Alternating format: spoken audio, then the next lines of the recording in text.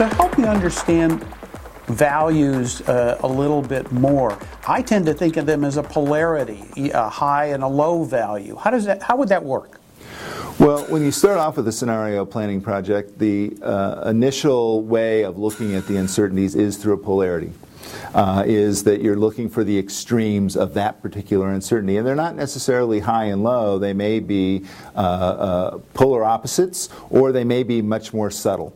And so if I look at globalization as an instance, something that I did at Microsoft for the future of work scenarios, I had globalization, which was, is the world global and integrated, or is it disintegrated and more local, right? So those aren't necessarily pure opposites, because there's still some globalization things and connections that happen. So there's a bit of a blend.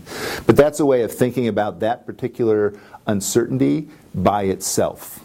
Right? So if I end up with two futures, I can have one that's global and one that's not so global. If, however, I start putting another factor in place, like the organizing principle of the world is networked, or is it command and control, hierarchical, and I overlay that, I now have four futures.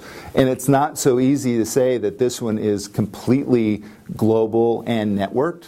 They're going to now start playing off of each other. And so it's going to be a little bit more subtle in terms of how I assign a variable to that future. So if I give you an example, education in a future that is global and networked is something that's going to be, for instance, open, easily available, globally sourced, maybe even open source, versus if I have one where it's hierarchical and global, it may be big businesses in the corporate lifeline or in the Proud Tower future, where it is globally sourced, networked, but controlled by large organizations deciding what it is that you need to learn and the methodology used for learning it. So you end up with very much a global set of criteria, but there's subtle differences because you've now overlaid that second scenario, that second uncertainty into the scenarios.